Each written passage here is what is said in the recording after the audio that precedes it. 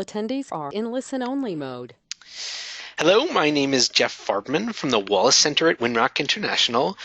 Welcome. This webinar, the first in a series of webinars, are trainings for farmer support organizations who work with small-scale farmers. The series is a partnership between the Agriculture and Land-Based Training Center, ALBA, and the National Good Food Network, and is funded by a grant from Western SARE. This first webinar, Successful Farm Food Safety Audits, will be presented by Cathy Carlson, a private consultant for on-farm food safety programs of all sizes. She brings to farmers a diverse background of program management, regulatory experience, and sustainable farming.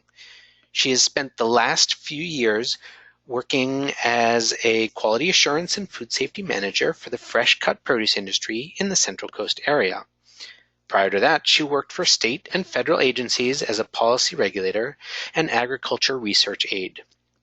Her experience with preparing farm and facility food safety programs with audit agencies such as USGA, LGMA, Primus GFS, and GroupGAP have helped her to assist and advise farmers and facilities with the requirements of buyers and the Food Safety Modernization Act. She's also a farmer.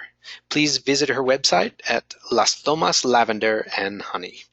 So I'm going to ask Cathy to introduce ALBA and the webinar series, and then I'll speak just a little bit about the Wallace Center and the National Good Food Network. Great, thank you, Jeff. Can you hear me okay? Oh yeah. Awesome. Well, thank you everyone for joining us, either this morning, this afternoon, or later afternoon, depending on where you are.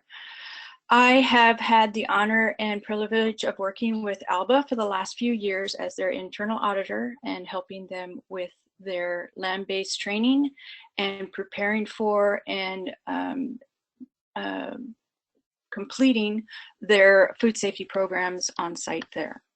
Our objective here is to strengthen capacities for professional working and small-scale farmers on food safety compliance and counsel them on adoption of the food safety certification options, including GroupGAP. So, Jeff, did you have some other items to cover? Yeah. Let me just tell you that the Wallace Center is a business unit of Winrock International and is the host of the National Good Food Network webinars. The Wallace Center has been a leading organization in the movement for a more sustainable and equitable food system for over 30 years. Today, the center supports entrepreneurs and communities as they build a new 21st century food system that is healthier for people, the environment, and the economy. The center serves the growing community of civic, business, and philanthropic organizations involved in building a new good food system in the United States. In particular, we're focused on advancing regional, collaborative efforts around the country to move good food, healthy, green, fair, affordable food, beyond the direct marketing realm into the larger scale wholesale channels. In fact, ALBA was one of our first partners in the National Good Food Network.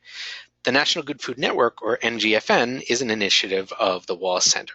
It is structured as a network of networks, ensuring efficient flow of information and innovation from boots-on-the-ground projects to the national level and back down to the grassroots level across the nation. And the Wallace Center coordinates and supports the network. Our goals are to work with growers to ensure that there's abundant supply of good food to meet the high consumer demand for the product, to collect and disseminate the best models, stories, methods, and outcomes, and to ensure that policymakers are informed about the wonderful successes our network and partners have had so that we can continue to increase support for regional healthy food. You can learn more at our website, ngfn.org, and feel free to email us. We are contact@ngfn.org. So now let me just give you a quick technical introduction, and then we will jump right into the meat of the session. Your webinar screen should look something like this, the presentation on the left and the control panel on the right. Note that the software sometimes collapses the control panel. If you just click the little orange button way on the right side of your screen, it will expand, and you can prevent the control panel from collapsing if in the view menu you select auto hide or really deselect auto hide the control panel. Get that check mark off there. Okay, you are muted for the entire session here, but if you would like to ask questions, and I strongly encourage you to ask your questions, in the control panel, there is a questions box. So go ahead and ask your questions of Cathy whenever they occur to you. For the most part, I will be collecting questions and asking them at the end in the question and answer section. But if there's a particular clarification question or could you repeat that question, I will type it in quickly and I will interrupt Cathy and make sure questions are addressed in a timely manner. Okay. Last thing is, or second to last thing, this webinar will be archived on ALBA's site as well as ngfn.org/webinars. The whole series will be archived there. You as a registrant for this webinar, you are automatically registered for the entire series. You are not obligated to attend every session, but I do encourage you to attend every session that will be useful and interesting to you. And finally, to keep our grant makers happy and to help us continue to improve, please complete the post-webinar survey. It should pop up in your browser right at the end of the webinar, and we can continue to provide excellent resources. Okay, so now enough for me. I will ask Cathy to dig into successful farm food safety audits. Great, thank you, Jeff. And if I recall, I just click on the mouse and then I'm on the slides. There we go. Awesome, we're off and running. Well, thank you again for everyone for joining us. I've been asked to help and assist those of you who are basically training other folks on how to prepare and have a successful food safety audit. So I will try to present this information in that perspective. Again, if you do have any questions, feel free to give us a question in the box to the right in the control panel. And I'll also be providing you with our contact information later for both Kaylee and myself. If you have any questions, feel free to let us know what they are, and we'll be happy to either direct you or answer those questions for you. So the successful food safety audit. The first questions any farm should ask are of their buyer. Even with the Food Safety Modernization Act coming into regulatory requirements and the need for farmers to be compliant by January 2018, it's still in a transition period, so there will be changes. So if you are able to keep up to date with these changes with various webinars such as this one or contacts with other folks, that's going to be your best resource. But first you want to ask your buyer what the buyer will accept when it comes to a third-party audit certification certificate. There are a number of them, and I have mentioned some here, from the easiest, which is the USDA GAP checklist, which was about 13 pages long, to the harmonized GAP, which is about 40 pages long. LGMA is about 35 or 40, but it's mostly specific and only covers 14 products of leafy greens. Primus GAP and GFS, and then Global GAP has both international, national, and now they have just released the harmonized produce safety standard. I apologize for all the acronyms, and I'm going to kind of skim through this really quick. So if you do have questions, just throw an acronym and a question at me and we'll take it from there. So why food safety? First of all, it's the right thing to do. We don't want to make our customers ill from mishandling or cross-contaminating the product. The CDC, Center for Disease Control, again this year has determined that 1 in 6 Americans become ill from foodborne illnesses. I have become one of those statistics. Last year I too was ill from this, and it was not fun. I couldn't even keep water down. So I can't imagine being someone with a compromised immune system, like an older person, 60 years or older, or a younger person who hasn't quite gotten an immune system developed yet, or one with a compromised immune system, such as diabetes. I understand that in 2012, the American Diabetes Association determined that 20% of our K through 12 students have diabetes. So if you're sending your products to schools, you are already sending it to a risk group of individuals. And if you're sending your product to hospitals, anyone with HIV or a compromised immune system who may have been brought to the hospital for one reason, we don't want to expose them to any bacteria on our fresh produce that we send to them. Industry requirements, in general, are the causes for cross-contamination are poor hygiene and improper hand washing, cross-contamination and contamination of ready-to-eat products that are then put into a bag or not properly cooked to 140 degrees. So for those items that we eat normally raw, this is where food safety becomes extremely important. So it also brings a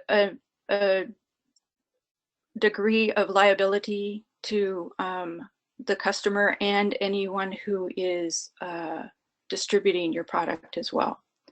So again, it's the right thing to do. And also it covers the 5 basic areas of the good agricultural practices are water, soil, hygiene, surfaces, and animal, both domestic and wild. Most of the farms are already doing this sort of food safety work. The biggest difference is right now is it needs to be written down. So preparing for your first audit, again, you'll be asking your buyer which checklist or matrix, sometimes also called a scheme, will the buyer accept, and then print out that checklist. Then what you'll be doing is doing and preparing a self-audit. Most of these checklists ask for you to do a self-audit at least once a year, and particularly before the audit itself. So I literally print one out. I have a small copy of one here on the slide. I put at the top the day I went through the self-audit, who was there, and then make notes on that document itself, including where is this information found, or how can I obtain it during an audit, either electronically or otherwise quickly. So let's see, the biggest things that, let's see, what am I putting out here? Is it it's trash and debris, weeds stored around items in the well? Okay, so the areas that they're looking for first off, or the highest risk areas, would be trash and debris. They want to see labels and signage. They're looking for broken glass, plastic, or brittle plastic, animal intrusion, previous or current signs of flooding. And I know here in California, we've had quite a bit of flooding. So I'll be working closely with my farmers to find out if there are any contaminations from the water that came onto their property that could cause contamination to the product, as well as other areas of food safety considerations. So to prepare for an audit, you want to gather all of your documents, including your logs, your records that support the operations, and put them in a binder. I prefer a binder, or you can have them in a file cabinet or a designated tote. A lot of my growers have just a little tote inside their truck, and that's where they put all of their receipts, all of their records, and have them all readily available in case, not only if the auditor comes, but if the buyer comes out for a visit, then all of that documentation is on hand. And then step through the checklist with the questions and put your answers or comments or note to self on the side. This will help you to save time and money in the long run. Okay, so what is a food safety plan? These are the most important points that I can bring to you and bring to the table here. Say what you do what you say. Don't try to read into the question, and don't try to give them the answer you think they're looking for. What they're looking for is, how do you do it and what do you do? Say what you do what you say. Each farm is different. Just like every farm is its own ecosystem, so is every farm's food safety plan. So there is no one size fits all. All we can do is give you the questions and the guidance, and then ask you, how do you do this? And as long as you answer the questions and there is a low or reduced risk of cross-contamination, then you've answered the question properly. Each farm, again, is its own ecosystem, and most farms are already doing this. Another important aspect to food safety plan is if it wasn't written down, it didn't happen. Where do you write it down? Anywhere. I've even seen it on napkins as part of the food safety plan, and that's fine. As long as you can bring it to the table during the audit, it can be on a notebook, it can be, I send myself emails and then I can print them out, then they have a timestamp on it. I have a regular log in the binder for my food safety plan, or a notebook that just fits into your pocket. There's also various software companies that have set up in the cloud the ability for you to make notes on your iPhone that then sends it to this software program that you can then print it out in time for the audit. So there's a number of ways to do it, but just as long as it's written down. The most important areas that we're looking for in this area is the traceability and the training. Traceability is, where did the product come from? The dirt, what block, lot, ranch did it come from, and what customer did it go to? And then training, that all of the workers are trained according to their job and job duties. So how do you start writing this down? Well, each of the questions will say, do you have a policy for this? So a policy is a course or principle of actions adopted or proposed by the farm operations. It's also a set of basic principles associated with guidelines to the farm operation, and what is the mission or standard of this procedure. So for instance, so if you're harvesting, what is your policy and procedure? Your policy is you want to reduce the risk of foodborne pathogens being transferred from either the person that's picking it, the box that it's being packed in, or any other surface that the product is going to touch. So your procedure is before you enter the growing area, you wash your hands, make sure your clothes are clean at the start of the day before you enter the growing area.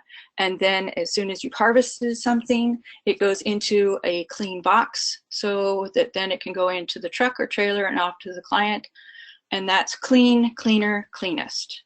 So once you've harvested something, you don't put it back into the dirt, but yet you put it into a clean, unused box, close it up, keep that off the ground, maybe on a pallet or on a tarp, and then put it into the truck and send it off to the buyer.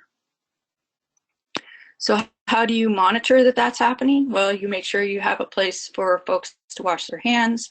You have training to teach them how to wash their hands properly for a minimum of 20 seconds, and then you record that training. So then your record that supports and verifies that you have presented that information to your employees as part of your policy. So what is a procedure? I think we kind of went over this with the example, but it's an SOP, a standard operating procedure, and it's a policy or procedure document which describes the regular recurring activities. So a policy is within the farmer operations, the specific tasks are performed. What, where, who, when, how much.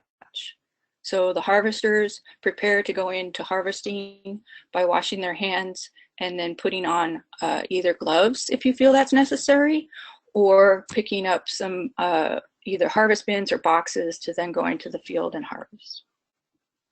The procedure is they harvest the product with a clean knife that's not been touching the dirt at all. They put the product into a clean box, close it up, and then take it to the client. And then who is responsible for that? Well, the supervisor is responsible to watch that the employees are washing their hands and that they are following procedures. And it's an employee's responsibility to follow these requirements. Corrective actions, root cause, very important. If this doesn't happen, what steps will be taken to make sure that that is not done again in the future? So in our scenario here, perhaps extra training, maybe showing the employee the proper way that you want this product harvested, and then document that that training has been done, will help in reducing the action from happening again in the future. So root cause goes beyond just the actual situation or incident. An example I might be able to give you, the best picture of that is say a garbage can. You have several garbage cans on the farm. One becomes overfull. Okay, so the root cause is why did that happen? Why is it overflowing with trash? Well, because our policy is we empty the trash cans once a month right now. So we need to look at that root cause, and instead of once a month, now we need to maybe think or consider doing it either twice a month or once a week. Do we have the personnel and the capacity to do that?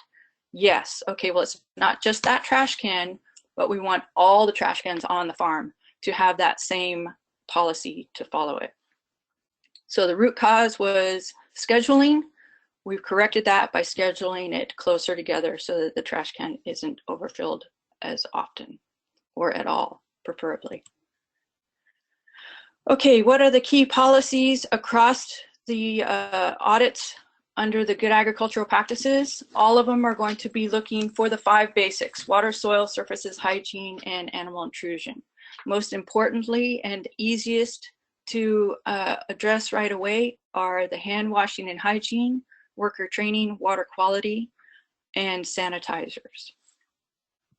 What do you use to wash the tools, and or if you use plastic bins or tables or something like that to wash those surfaces before the product touches it. Okay, areas that may vary a bit across the audits are the details of water sources. Is it a well? Is it surface, et cetera, et cetera. The number of bathrooms.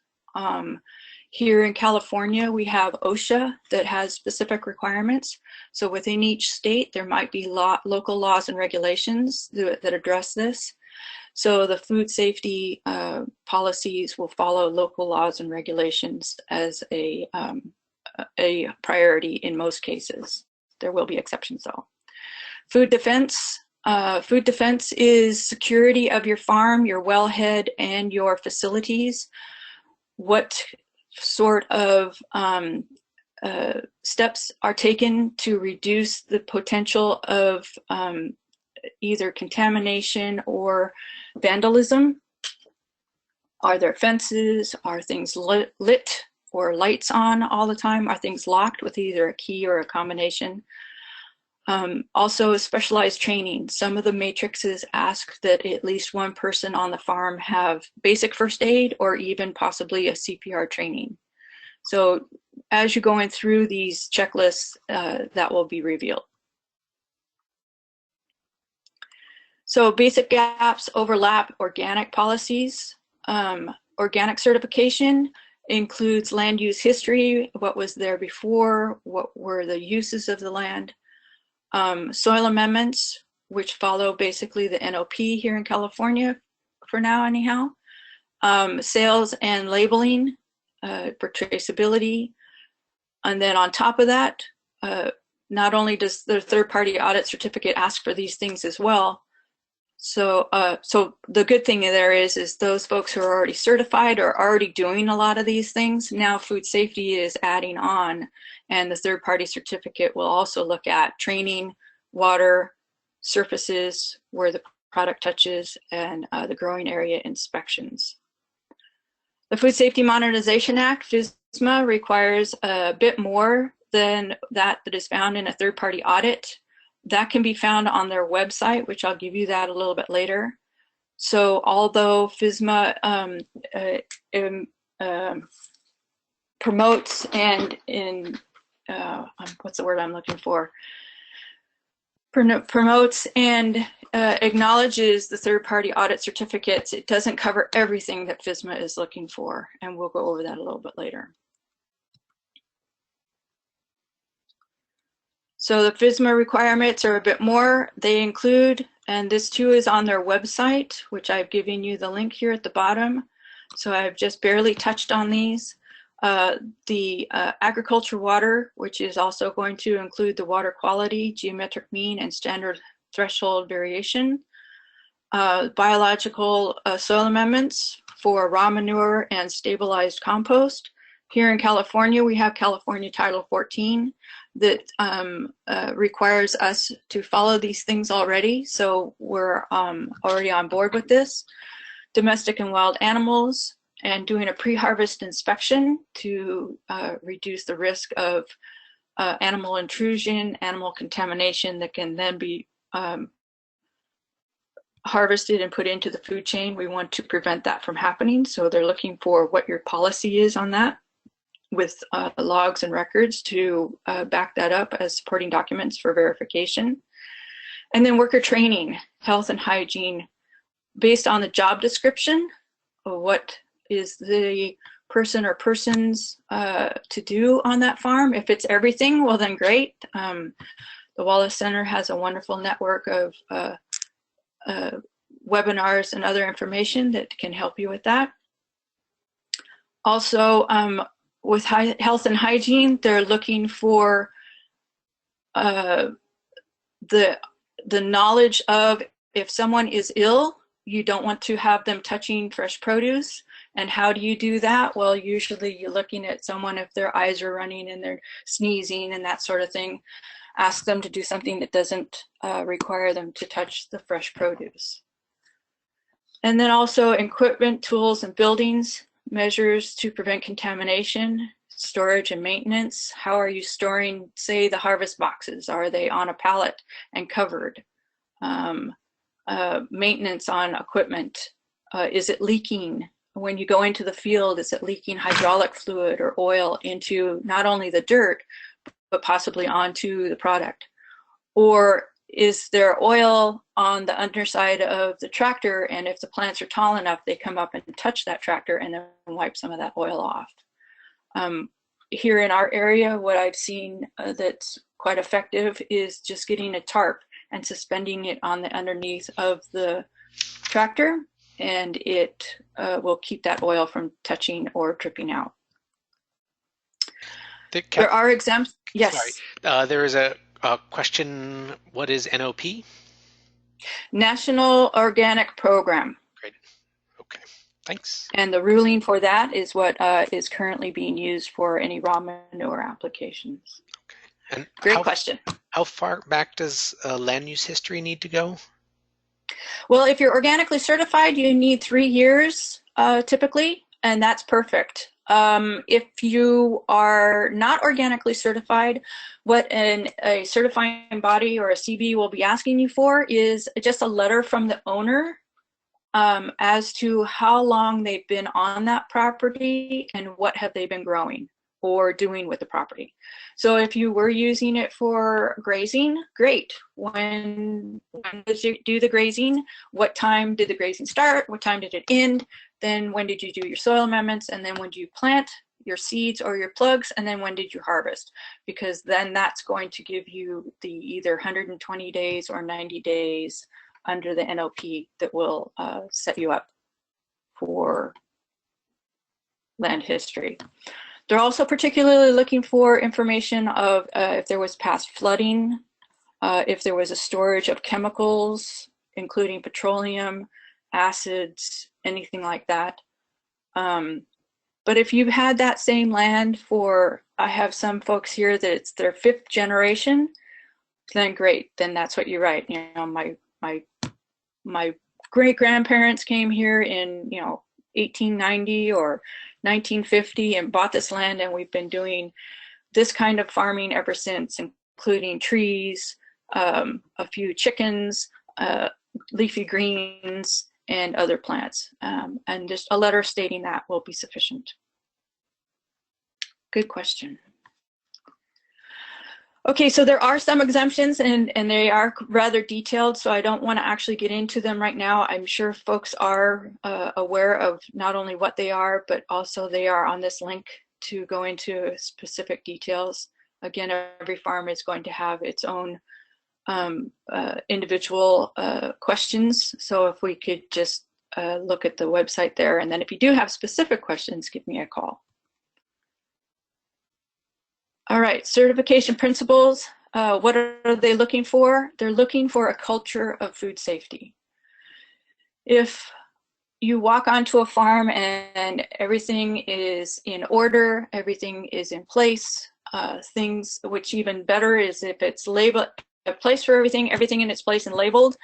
And I walk onto this farm, I am the happiest person in the world because I know that audit is going to go fantastic. If I go onto a farm and things are not in order, or misarrayed, or piles of something somewhere, then I know that we're going to have to do a bit of communication with the principles of food safety. Again, say what you do what you say. All checklists are going to be helpful. I recommend you start out with something easy. It's kind of like getting on a bicycle. We have to find the bicycle, find the seat, find the pedals, then we have to start pedaling. And then once we get the momentum going, it becomes much easier. If it wasn't written down, it didn't happen. A place for everything, everything in its place. And every day is an audit day.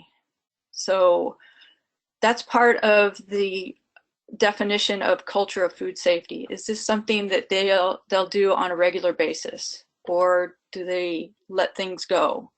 Because then when things are let go, that becomes a risk. Also, this provides a level of professionalism to your buyers. This is very important.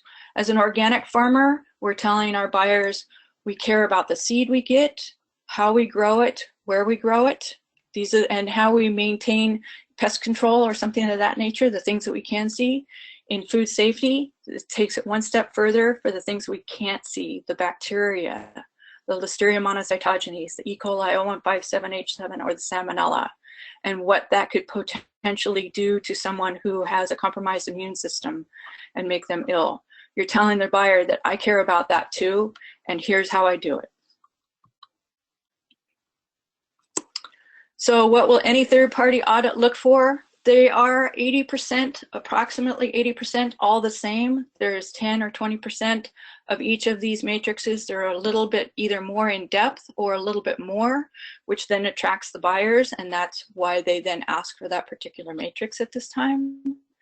They all cover water sources, land history, hygiene, soil amendments, sanitizers and sanitizer use, traceability, and then corrective actions. I'm seeing a lot of questions from auditors around sanitizers. Under the organic agencies here in California, for instance, you can set up a tub of sanitizers for, say, your cutting tools.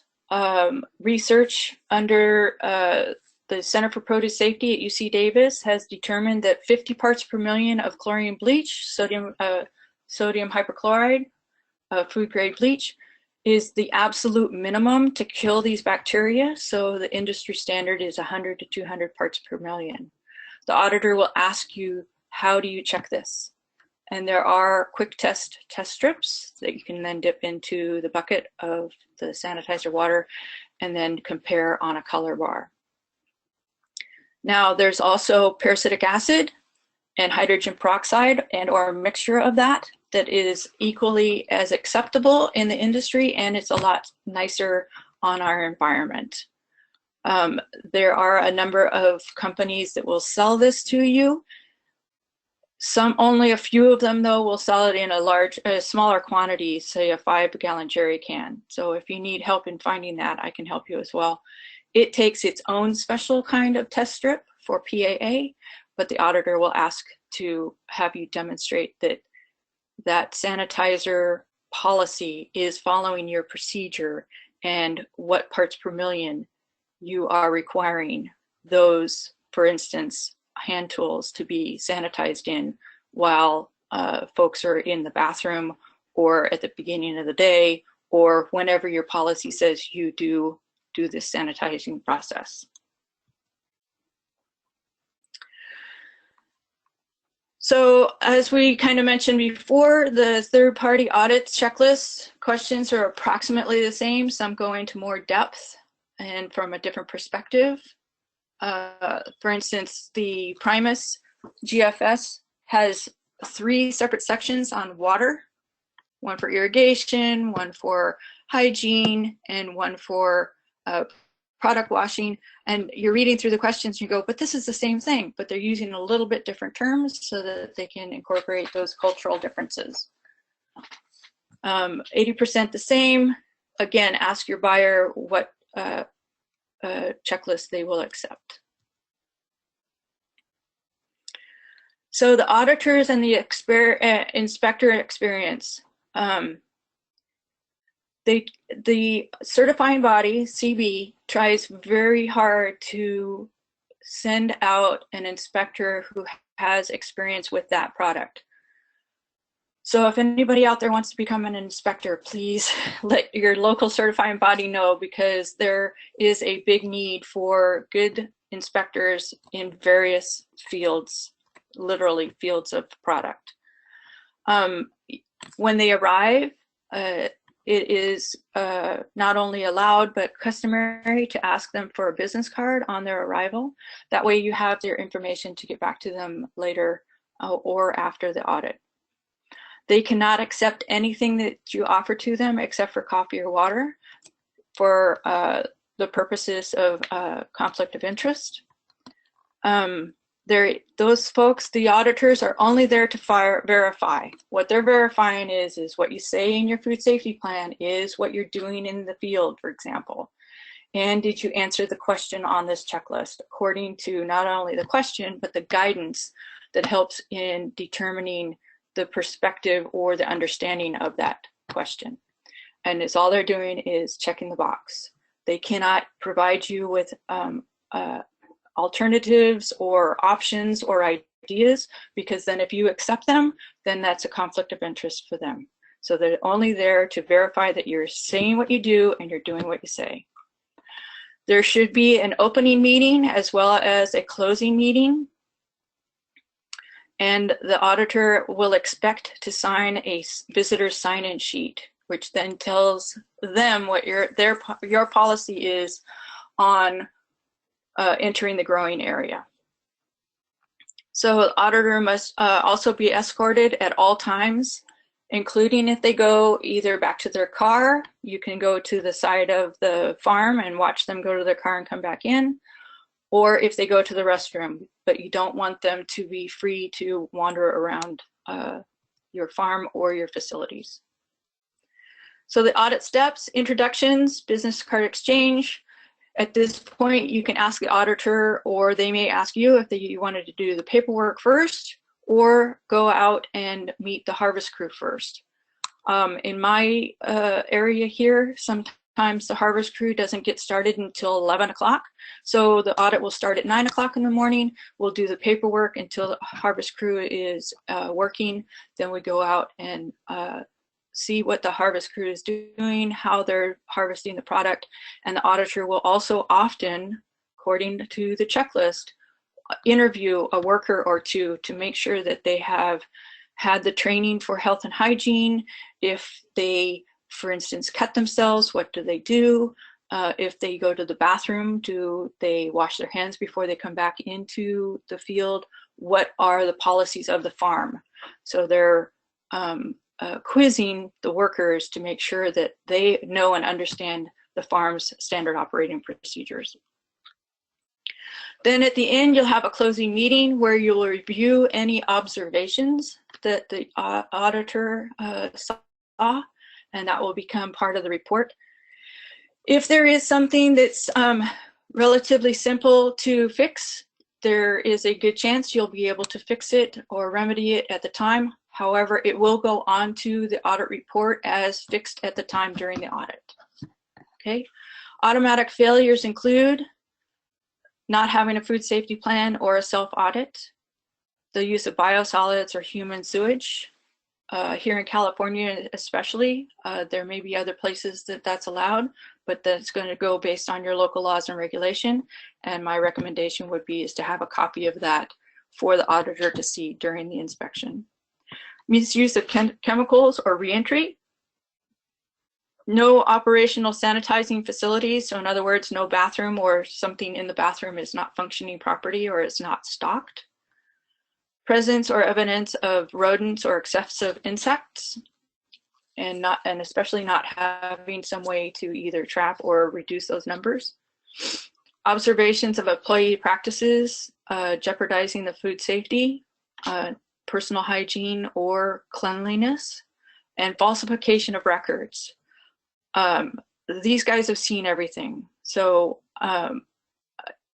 my recommendation is if you find something was written wrong, write next to it, oh, this is incorrect. The correct issue is this, date it and initial.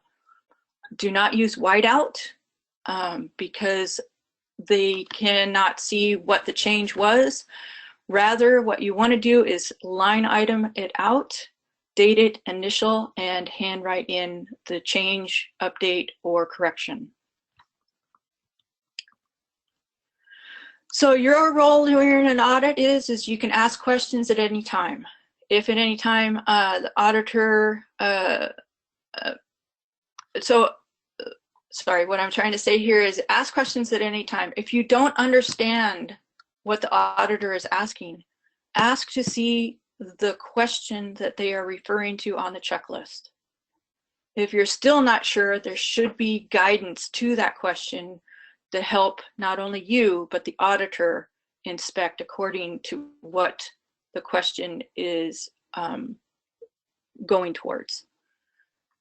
So ask the auditor what they want to do or see first. Is it harvesting, paperwork, water sources, bathrooms, etc.? And then ask if minor infractions can be fixed immediately. Like we had said earlier, it might be yes, but it will be written down that it was fixed at the time of the audit.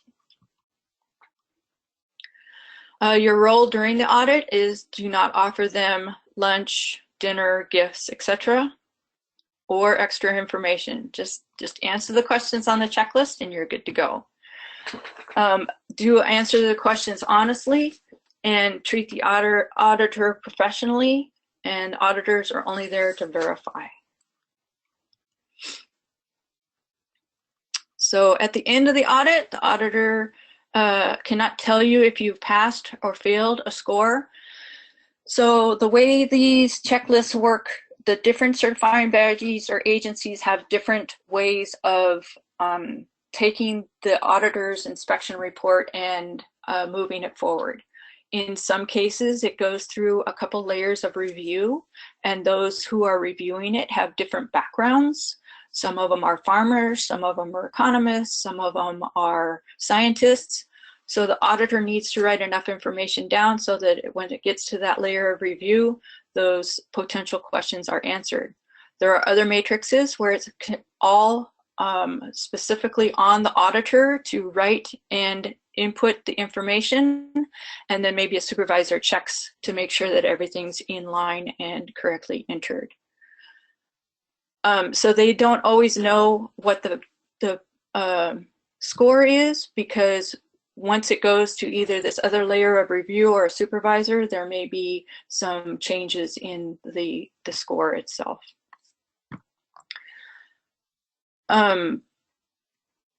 The auditor will provide you with the certifying body's designated time of requirement for corrective actions to be submitted. They can vary under certain circumstances. It can be a couple weeks, or it could be a month, or it could be 2 or 3 months. So again, it's going to depend on the certifying body that you're being audited by, but the auditor will be able to tell you when those corrective actions need to be turned in. And then a final copy of the audit report will be returned to you when everything is done. So providing a copy of the audit documents to your buyer, so it's that report that you're going to want, as well as the certificate and the corrective actions. Now, in some of these matrices, the report and the corrective actions are one document. So then you'll only have 2 pieces of paper to send to your buyer. But typically it's 3: certificate, report, and corrective actions.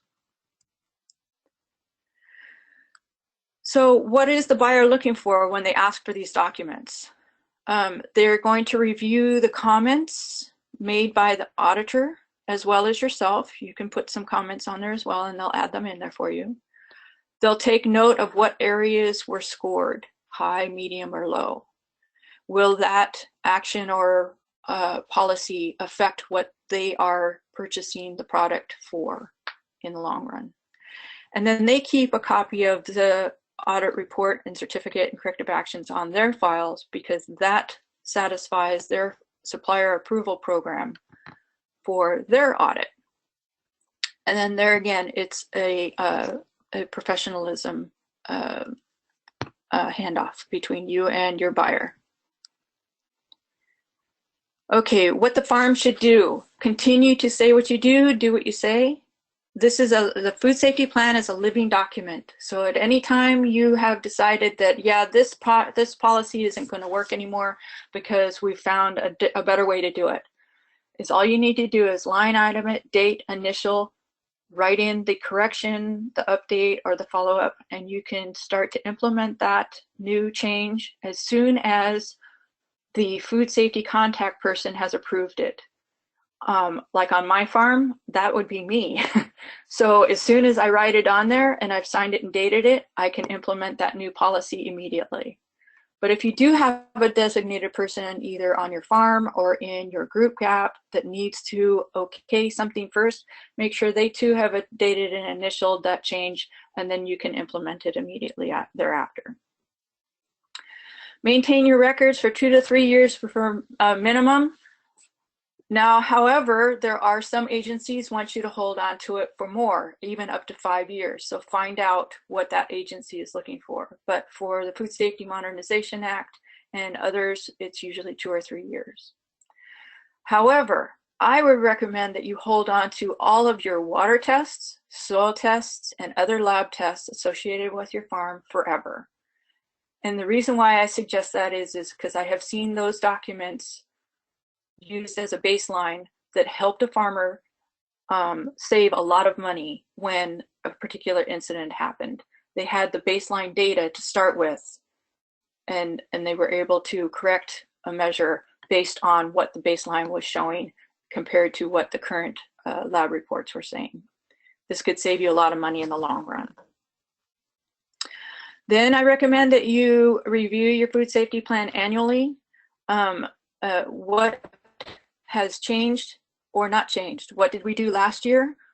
Did that work? Did that not work? What are we going to do the next year? What changes are we making, and how might that affect what we say in our food safety plan and how we perform our operations? For instance, we're changing a different box vendor, or we're changing our whole packaging, or we're changing some piece of equipment. It could be the harvest tools, it could be the bins, it could be the tractor. How is that going to change the description that you have in your food safety plan in preparation for the new year?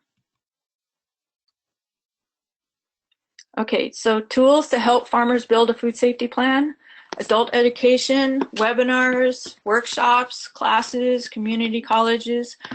There are a number of profit and nonprofit agencies that are going to have information and templates available for you.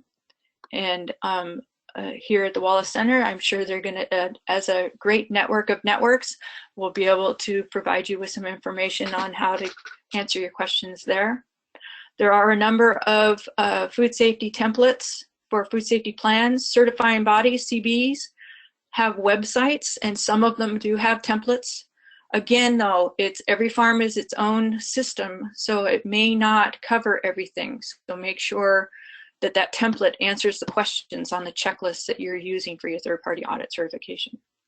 Record keeping, I like binders, notebooks, Excel, cloud design software. There are a lot of tools out there. Find what works for you and doesn't take a lot of time out of your busy day to maintain. We're all in this together, customers, buyers, everyone. So I am under the interest of helping others. So if I have a template that will help you, I'm happy to share it with you. Or a resource, or know of a resource, I'm happy to share that with you. And again, it provides a level of professionalism. So questions and resources. I myself am available for one-on-one. I'm also an internal auditor, certified internal auditor and trainer. I can help you with a mock audit, a self-audit, or even questions during an audit. I also want to thank Kaylee very much, who unfortunately was not able to join us, but she has been not only a great inspiration, but a great resource. She's available, as well as myself, and of course the Wallace Center. Kaylee's available for one-on-one and technical questions, as well as being able to direct you to other resources as well. Yeah. I think we're there. Yeah. Right? So there are a couple of questions here for you. Okay. And please feel free to type in more questions. But Karen asks, can I be present at an audit after helping the farmer develop their plan? That would be up to the farmer themselves and working that out logistically with them. If they ask you to be there, you can. Then there's only liability that might be a consideration. But as long as you have permission, that should be fine. And does the auditor have a say? In other words, can the auditor say, hey, you planned this, I don't want your influence? No, I've not had that. In fact, Okay. I've only seen the auditors encourage that. Because a lot of times you'll be in an audit, and since they cannot provide suggestions or alternatives or solutions to a situation, they will actually turn to me as a consultant and say, well, this is something your consultant will need to help you with. Mm-hmm. And then I will actually either right there in front of the auditor or off to the side with the farmer, just to make sure everybody's comfortable, talk to them about the situation and remedy it either at the time or in the near future. You mentioned something about liability. What kind of liability would be the issue? If the liability would be is if you suggest something and the grower did not take that suggestion and it became a food contamination that got into the food chain, that would be one. So that would be a farmer liability, not a consultant liability. Right, but as you're there as their consultant, then you're signed on as a contract to that farmer, so you're an extension of the farmer. So then that would be something that you need to work out with your liability insurance coverage person, and how something like that would work out. Okay, good. Joe asks if you know of any food safety plan templates or even completed food safety plans that are available that can be used as guides by farmers filling out their plan for the first time. Yes, and I'm sure the Wallace Center is the first place you would want to look. The next place you can look is Chico Center for Health. I believe it's Center for Health and Safety or Health Center for Healthy Communities in Chico. Mm-hmm. They not only have the templates, but they have videos for each of these 5 GAP areas that Stephanie told me that they will be releasing either this week or next week. So if it's not there, it will be soon. You can also go to a certifying body's website, such as Primus, and you can go to their toolkit, and they ask you to register, but you can use a fictitious name and a password. They just want to know who is accessing it. They don't ask you for anything more than that. And they have a number of templates there for you to use. They are a bit complicated, I'll forewarn you, and there's 2 or 3 of the same thing. So you'll be confused before you figure out which one to use. So please just bear that in mind. My suggestion would be the easiest thing to do is take that list of questions from the checklist, read what it asks, and then just answer it. Our policy is, our procedure is, the responsibility is. And if it's something that you need to write down, the log or record is called this. Okay. Did that answer the question okay? Yeah, I think so. Billy asks if there's a cost involved with speaking with you or with Kaylee. I believe with Kaylee there is not a cost. I agree. And some of my work is pro bono, but I do have an hourly wage if you're interested. Okay. There is an ability to request more information about coaching sessions. We can contact you in the post-webinar survey. So you can, that's sort of the easiest way. It just pops up and you say, yes, I would like more information on coaching from Kaylee or paid services from Cathy. And if you have areas that you specifically are looking for information on, let us know what those are too, because at ALBA we will be setting up a number of workshops on different topics or subjects, and if we can include what it is you're looking for, we'd be happy to. Mm-hmm. We've also set up at ALBA, we call it the farm model at the PEPA block there at ALBA, and we have set it up for food safety as an example for you to come and see. And we plan on putting together mock audit workshops so that you as a group can come and visit, and I can speak to you through the eyes of an auditor what I see at the farm and what I'm looking for and how I've seen other farmers take care of or mitigate or satisfy the requirements of food safety, and answer your questions directly at that time as well. That's great. If you haven't been to ALBA, it's quite beautiful there. So I encourage if you can make it to do so. Okay, those are all the questions that we have queued. Let me just close out here. Here's Kaylee's information here again. This is the schedule of these events. Obviously, we are now finished with the first one, Successful Farm Food Safety Audits. Our next webinar is April 4th. They are all scheduled for a 2-hour block. Some may be shorter. But this one was fabulous and packed with lots of information. So if you need to review, remember we are recording this, and we will post the webinar on ngfn.org/webinars, as well as all of the other webinars in this. I mentioned at the top that you are not compelled to take all of these trainings, but I do recommend that you take as many as you can and are interested in. Of course, the water is our next webinar on water with FISMA is a very tricky issue, and sanitation SOPs also often a tricky issue. So I strongly encourage you to take that one. You are already registered for these webinars, so no need to re-register. Just are registered for the series. Okay.